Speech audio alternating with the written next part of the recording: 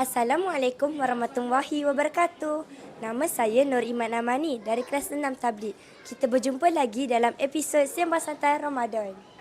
Jom kita tengok kawan-kawan kita tahu tak syarat wajib puasa. Jom.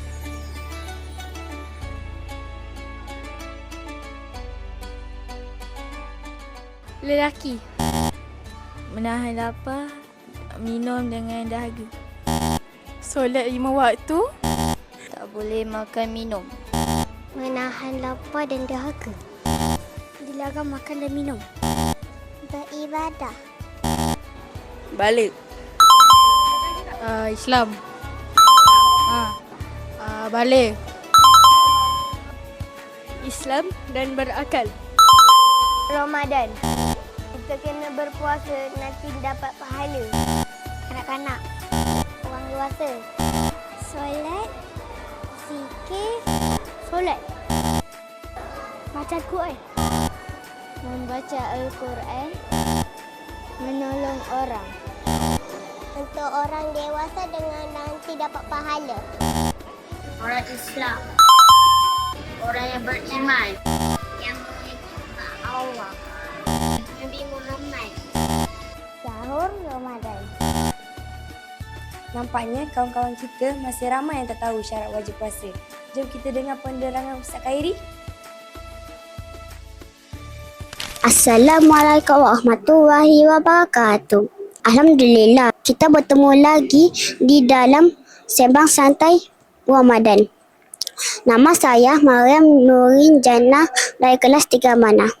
Untuk segmen ringkas hari ini, kita nak bincang tentang satu topik asas tetapi sangat penting, iaitu syarat wajib puasa. Bersama saya dengan Ustaz Khairi.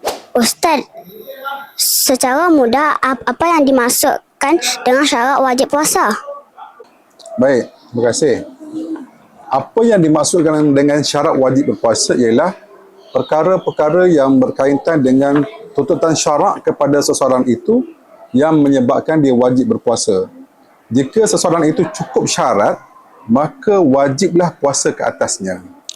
Baik, apa syarat-syarat tersebut? Syarat-syarat tersebut ialah seseorang itu mestilah beragama Islam, berakal, mampu berpuasa dan dia juga seorang yang mustatin ataupun bukan orang yang musafir. Ramai juga yang bertanya tentang anak-anak. Adakah mereka wajib berpuasa? Oh, untuk anak-anak kecil dalam Islam tidak diwajibkan berpuasa. Tetapi seharusnya mereka digalakkan berpuasa sejak dari kecil lagi. Bagaimana pula dengan orang sakit atau yang bermusafir? Orang sakit dan orang yang musafir mendapat keringanan dalam berpuasa, iaitu rukhsah dalam Islam. Mereka tidak perlu berpuasa tetapi perlu menggantikannya, wajib menggantikannya pada hari yang lain di luar bulan Ramadan. Ustaz, apa bezanya syarat wajib puasa dan syarat sah puasa? Perbezaan di antara syarat wajib berpuasa dengan syarat sah puasa ialah syarat wajib berpuasa bermaksud perkara yang berkaitan dengan syarat yang menentukan sama ada seseorang itu wajib berpuasa atau tidak. Ustaz, Manakala syarat sah berpuasa pula perkara yang menentukan sama ada puasa seseorang itu sah ataupun tidak. Ustaz, ada tak nasihat untuk pendengar kita? Baiklah, kepada pendengar di luar sana, terutama ibu ayah dan para guru, kita mestilah menggalakkan anak-anak murid kita dan anak kita supaya mereka dapat belajar berpuasa sejak dari kecil lagi.